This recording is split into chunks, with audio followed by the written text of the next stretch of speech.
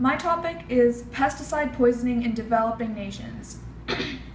So, pesticides cause more deaths than infectious diseases in developing nations, and although the UN has made regulations regarding the controlling of these substances, the governments of the developing countries lack the resources to enforce these decisions, and as a result, pesticides become very easily accessible, not only to the general public, but to small-scale farmers and most people in rural areas.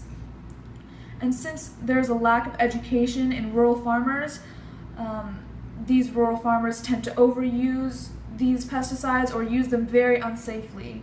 And in general, it's very impractical and expensive to use safety equipment, since the safety equipment can be expensive or complicated to use, and most of the time, these instructions are written either in a foreign language, or more often than not, the farmers are illiterate, so they can't follow these directions to use the safety measures accordingly. Another large problem is on large-scale farms, where pesticides are very freely used with little thought as to who gets harmed. The people that are most affected by this are farm laborers, who are most of the time seen as expendable. For example, if they complain or they fall ill, they run the risk of losing their job and being replaced by another worker. This can be seen in this blog post, which is pretty much a girl talking about her experiences growing up with farm laborers as parents. And she talks about, or one of the scenes she talks about, is when she sits on the side of the road to eat her lunch every day. There are pesticides and fertilizers being sprinkled onto her face and food. And even though most people know that this is wrong and this is detrimental to their health, they still tend to say nothing because they know that they run the risk of losing their job if they do complain.